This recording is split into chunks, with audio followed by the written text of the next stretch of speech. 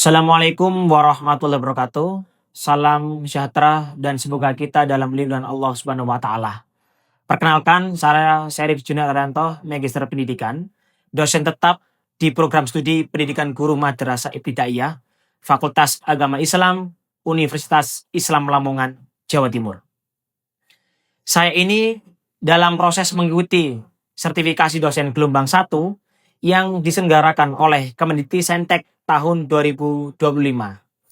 Saya akan melakukan penyusunan dokumen pernyataan diri dosen dalam unjuk kerja Tridharma Perguruan Tinggi atau PDD UKT PT.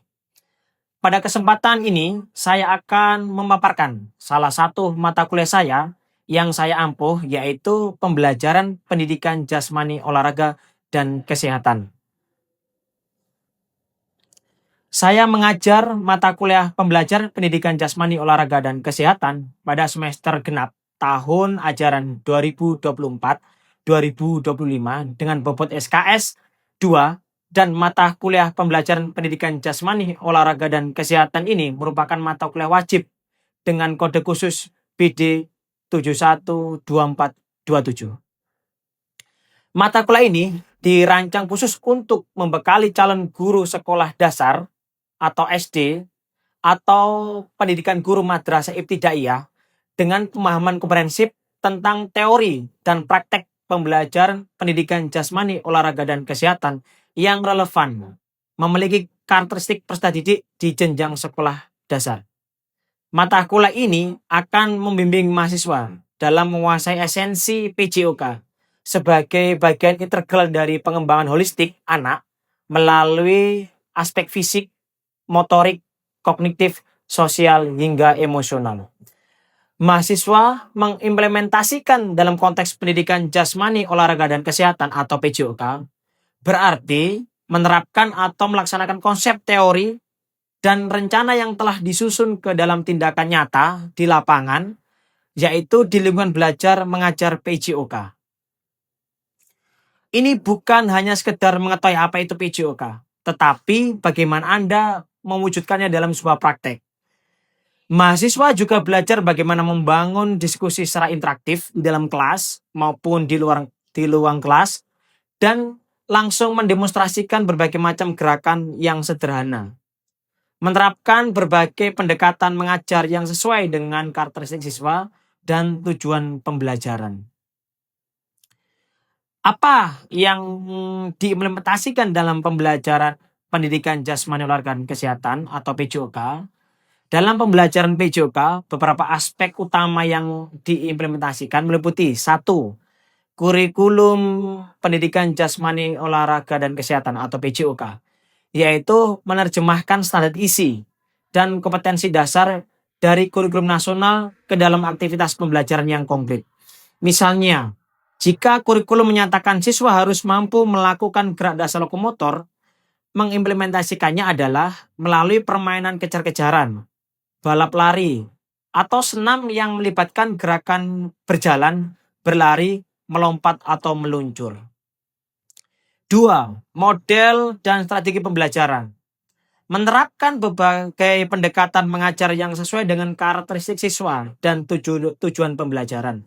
Contoh implementasinya yaitu pembelajaran berbasis permainan. Menggunakan permainan modifikasi untuk mengajarkan teknik dasar sepak bola atau bola basket. Bukan hanya drill yang monoton, tapi ada modifikasi dalam permainan tersebut. Pembelajaran secara kooperatif. Membentuk kelompok-kelompok kecil untuk melakukan aktivitas fisik bersama. Mendorong kerjasama dan komunikasi dalam proses pembelajaran PJOK. Pembelajaran saintifik. Mengajak siswa mengamati, menanya, mengumpulkan informasi, menalar, dan mengkomunikasikan hasil pengamatan mereka tentang suatu gerak atau fenomena di dalam konsep berolahraga. 3. Metode dan teknik mengajar. Menggunakan cara-cara spesifik untuk menyampaikan materi atau melatih keterampilan. Contoh implementasinya yaitu menggunakan metode demonstrasi. Guru memperagakan gerakan senam atau teknik lempar tangkap secara langsung. Metode penugasan, memberikan tugas kepada siswa untuk berlatih suatu gerakan di rumah atau mengamati dalam pertandingan maupun aktivitas olahraga.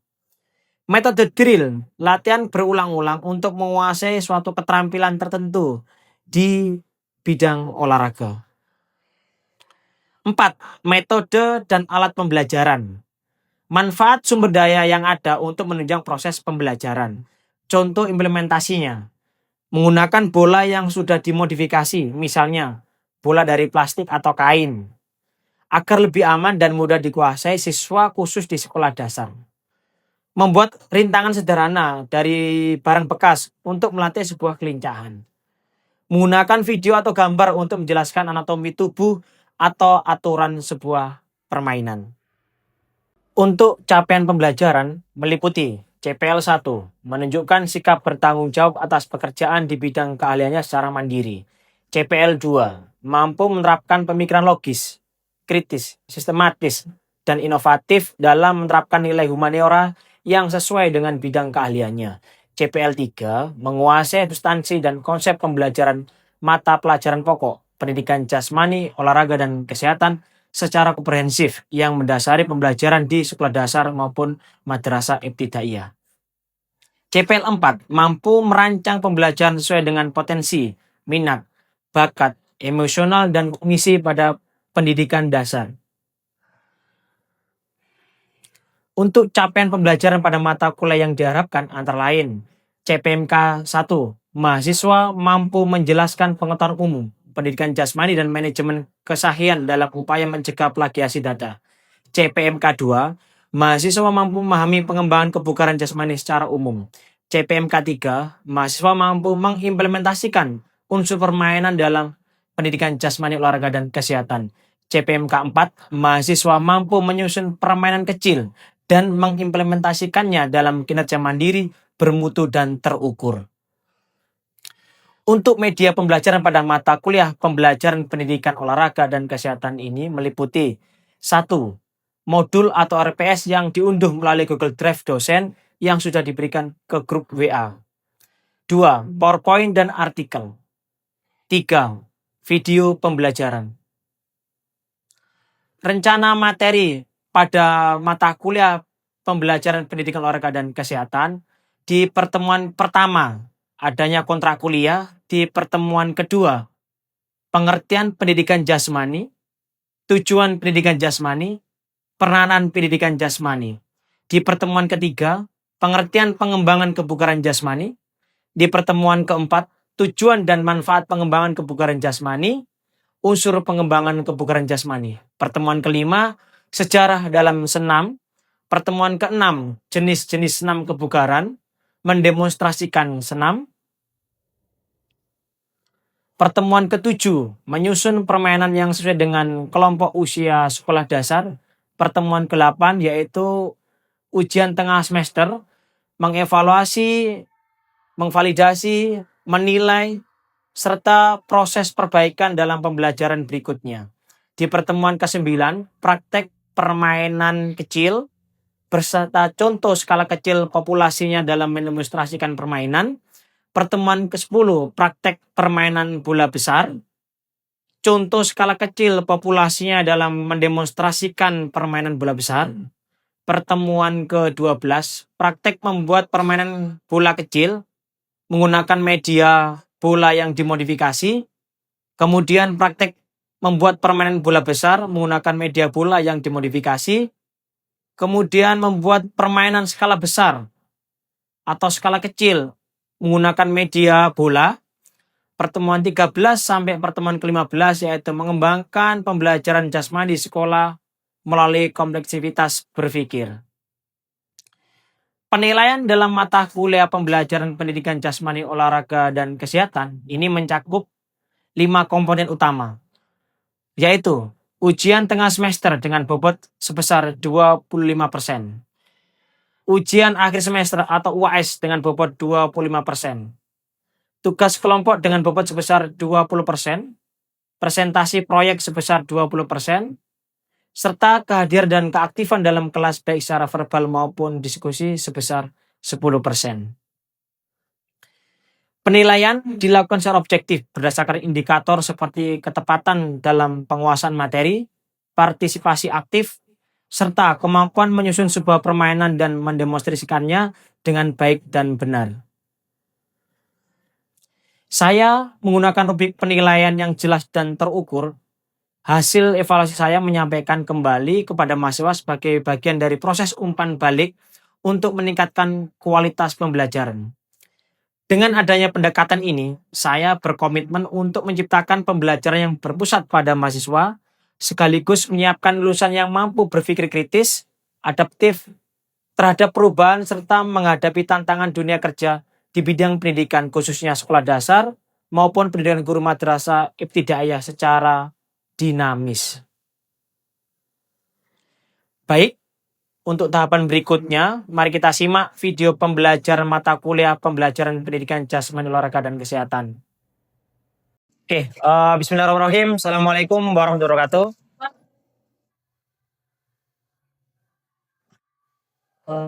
Kalau saya bilang PGMI, kita punya jargon ya, do the best, be the best, and for the best, seperti itu ya. Jangan lupa setelah itu selesai kita tepuk tangan bersama-sama. Oke, PGMI, do the best, be the best. Oke, terima kasih banyak atas waktunya. Hari ini kita bertemu lagi. Ya, sebelum saya menjelaskan materi berikutnya, saya mau bertanya kepada kalian semua.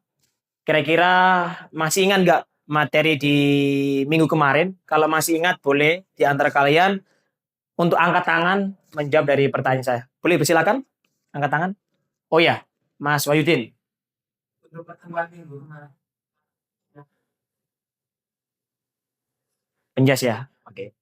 Kemudian boleh diulang lagi berdiri sambil menyampaikan ke teman-temannya.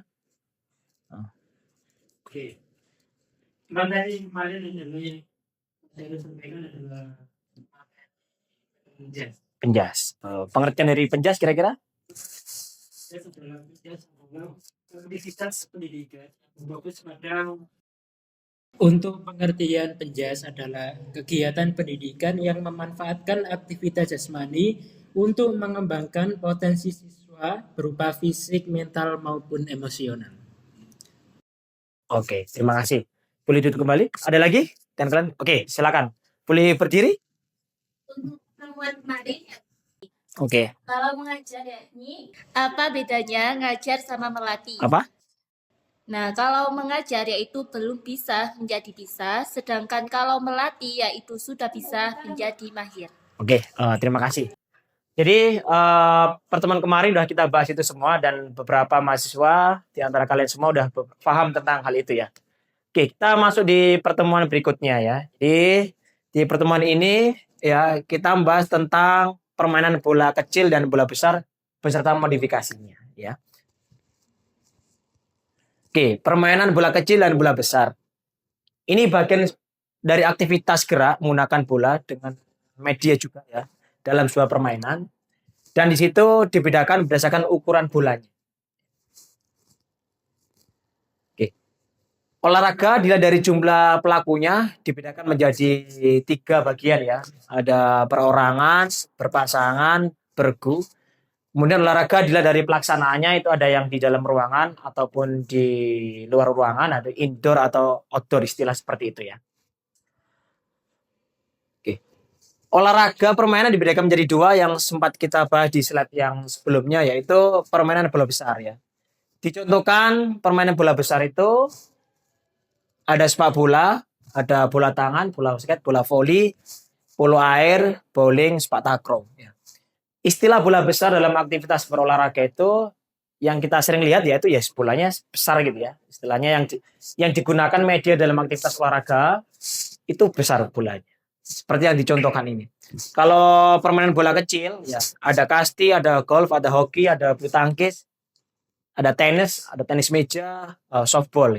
Sama ya dalam arti ketika kita melakukan aktivitas olahraga ya di dalam permainan itu bolanya kecil itu bagian dari permainan bola kecil seperti itu. Kemudian dilihat dari modifikasi olahraga ya, atau modifikasi permainan olahraga ya.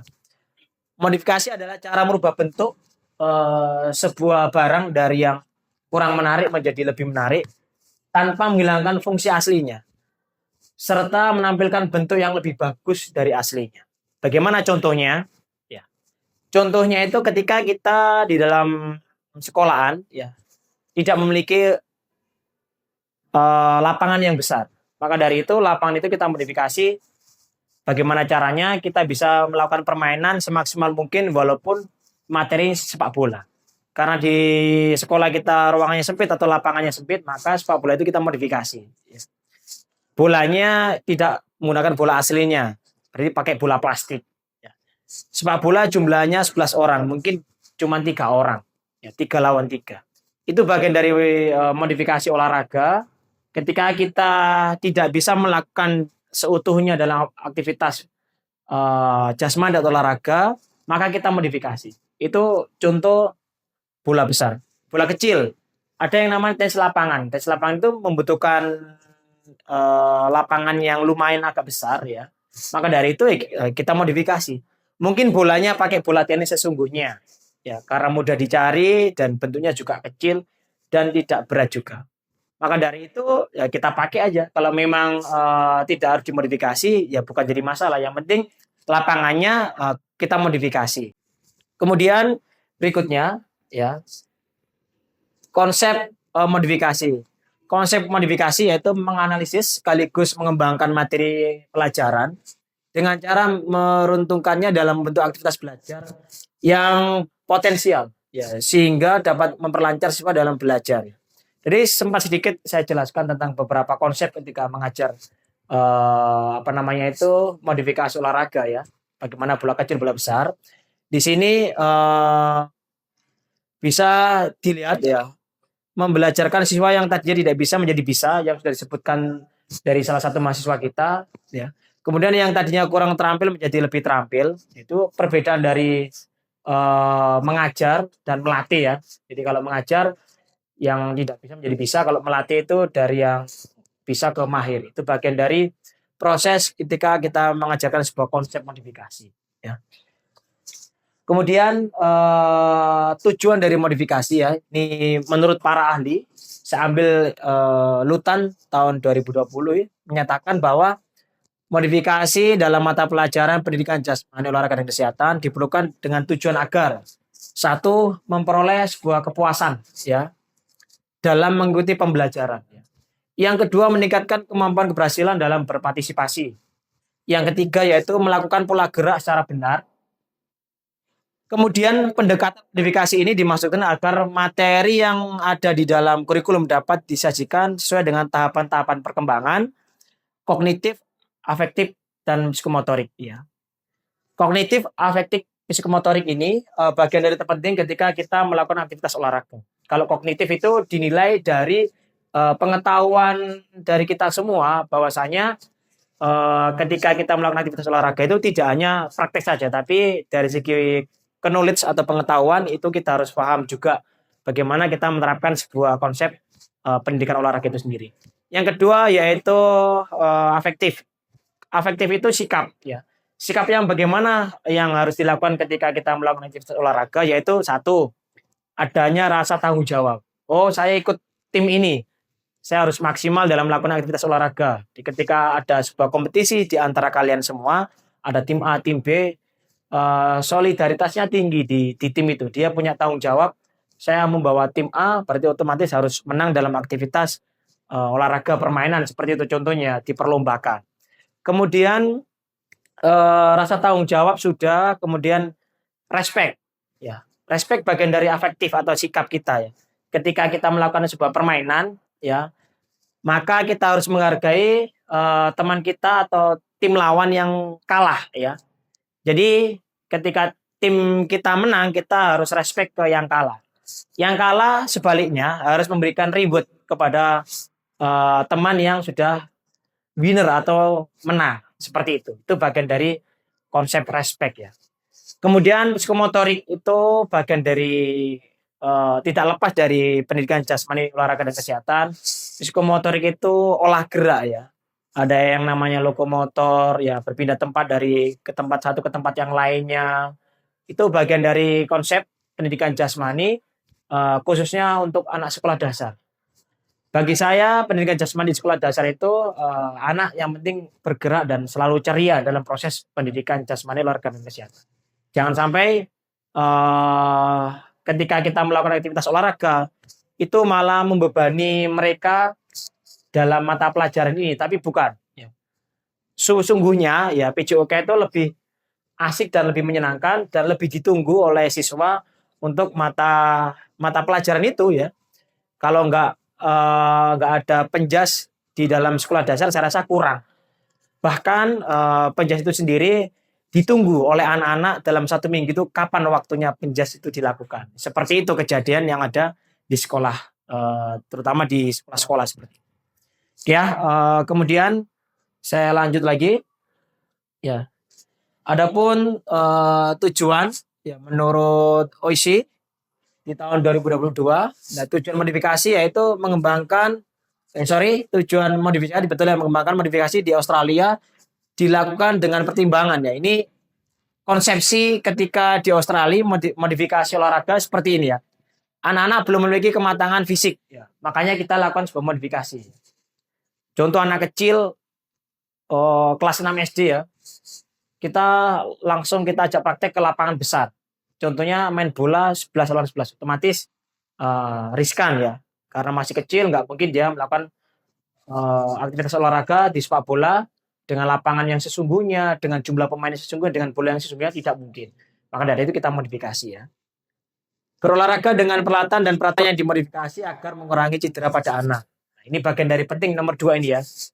Contoh kita bermain sepak bola. Bola kumpan itu kan ada tekanan udara dan berat bola. Kalau kita memainkan di anak kelas 1 SD, saya rasa riskan untuk dilakukan. Itu mudah sekali cedera kalau kita lakukan dengan praktek sepak bola yang sesungguhnya. Maka dari itu kita modifikasi bolanya menggunakan bola plastik yang dijual di banyak toko itu. Ataupun kalau tidak ada bola plastik, kita bisa pakai modifikasi bola itu. Kalau teman-teman di pedesaan di pedalaman biasanya ada karung ya, terus kemudian di dalam diisi kapuk atau kapas itu kemudian diikat. Itu biasanya teman-teman di daerah pedalaman seperti itu. Bahkan di kota pun bisa dipakai kalau memang urgent ya, buat sebuah apa ya, modifikasi tambahan seperti itu ya. Olahraga yang dimodifikasi akan mampu mengembangkan keterampilan anak.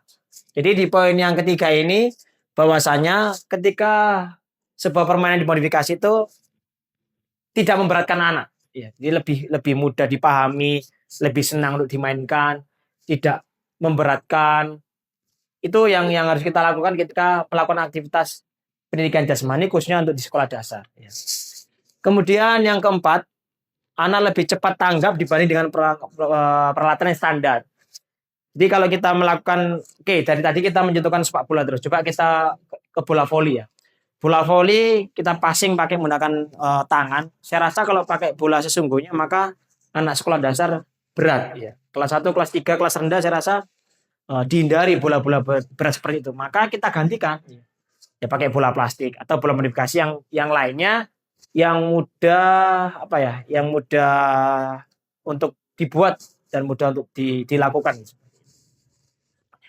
Kemudian yang kelima yaitu olahraga yang dimodifikasi menumbuhkan kegembiraan dan kesenangan. Ya. Kenapa menimbulkan kegembiraan dan kesenangan? Contoh, kalau kita bola voli, kita passing, ya, bolanya kan ringan. Kalau ada angin kadang-kadang ekspektasinya tidak sesuai karena bola plastik yang ringan itu ketika kita passingkan permainan bola voli, maka di atas dia goyang. Jadi itulah menimbulkan kegembiraan dari anak-anak. Oh iya ya, melakukan aktivitas olahraga khususnya di pendidikan jasmani olahraga dan kesehatan itu kalau boleh dimodifikasi anak lebih asik, lebih bisa nyaman dalam hal aktivitas olahraga itu sendiri. Oke, selanjutnya ya. Nah, ini bagian dari modifikasi kemudian muncullah sebuah semangat ya. Berdoalah semoga dalam tubuh yang sehat terdapat jiwa yang kuat ya. Kemudian kata kunci dari pendidikan jasmani ya khususnya pembelajaran di sekolah anak sekolah dasar maupun MI ya. Bermain, bergerak dan ceria. Tidak ada lagi anak merasa terbebani dalam mata pelajaran khususnya untuk PJOK ya di sekolah dasar maupun ketika kita praktek khususnya untuk mata kuliah ini tidak dibebani di aturan yang sesungguhnya, tapi kita banyak dimodifikasi dalam proses pembelajaran itu sendiri. Ya. Nah, oke. Terima kasih banyak. Cukup sekian. Kira-kira ada yang ditanyakan dari tadi? Mungkin ada satu perwakilan bertanya. Ada? Nuris atau ada pertanyaan? Cukup. Oke ya. Demikian yang bisa saya sampaikan. Kurang lebihnya saya mohon maaf. Saya akhiri. Assalamualaikum warahmatullahi wabarakatuh. Oke. Dari apa yang saya sampaikan tadi, adakah yang mau ditanyakan kira-kira? Siapa boleh? Oke, boleh berdiri. Baik, izin bertanya Pak Syarif. Apabila di sekolah itu tidak ada sarana seperti bola itu, gimana cara menyelesaikan permasalahan tersebut dengan permainannya? Oke, terima kasih. Boleh duduk kembali. Ya, ketika kita mendapat sebuah persoalan, ya persoalan yang ada di dalam sekolah, ketika sekolah di dasar prasnya ya, lapangan yang sempit, kemudian lapangan tidak ada, kemudian tidak ada bola kecil nggak ada, bola besar nggak ada. Kita sebagai guru seharusnya dan wajib memberikan sebuah solusi. Contoh, habis ini saya akan memanggil beberapa mahasiswa untuk mendemonstrasikan permainan kecil yang tidak menggunakan bola, ya tidak menggunakan bola besar, tidak menggunakan bola kecil, tanpa alat. Hanya butuh area dalam ruangan kelas ini kita bisa melakukan permainan itu. Ya, permainan ini saya kasih nama yaitu permainan menangkap ekor. Ya. Jadi ekor ayam, oke, pokoknya ekor ya, jadi menangkap ekor. Minta tolong Mas Rio, Mas Udin sama Mas Bayudin bisa ke depan kita mendemonstrasikan permainan itu ya. Oke. Mendemonstrasikan sebuah permainan yang tanpa menggunakan alat ya, tapi tetap kita menggunakan sebuah area, bisa di dalam kelas, bisa di luar kelas ya seperti itu. Boleh pegang pundak kita yang kedua ya. Jadi Mas Udin ini silakan bagaimana caranya bisa menangkap ekor yang ada di belakang, yang di depan kita menghalang-halangi. Coba kita demonstrasi pelan-pelan. Oke. Geser-geser. Nah, ya. Jadi seperti itu ya. Kita menghalang-halangi agar anggap aja Mas Wahid ini cepat-cepat untuk menangkap sebuah ekor. Sudah, ya, seperti itu. Jadi kita boleh duduk kembali. Ya.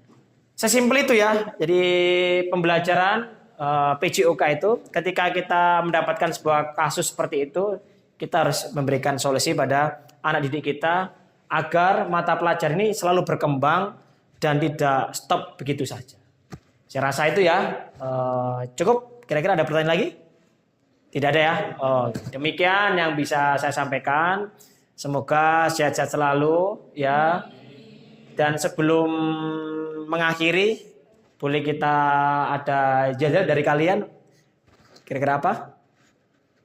Tepuk semangat gitu ya? Oke ya, tepuk semangat ya. Oke. Jadi saya kalau udah ngomong bilang tepuk semangat, nanti silakan dilakukan ya. Oke. 1, 2, 3. Tepuk semangat.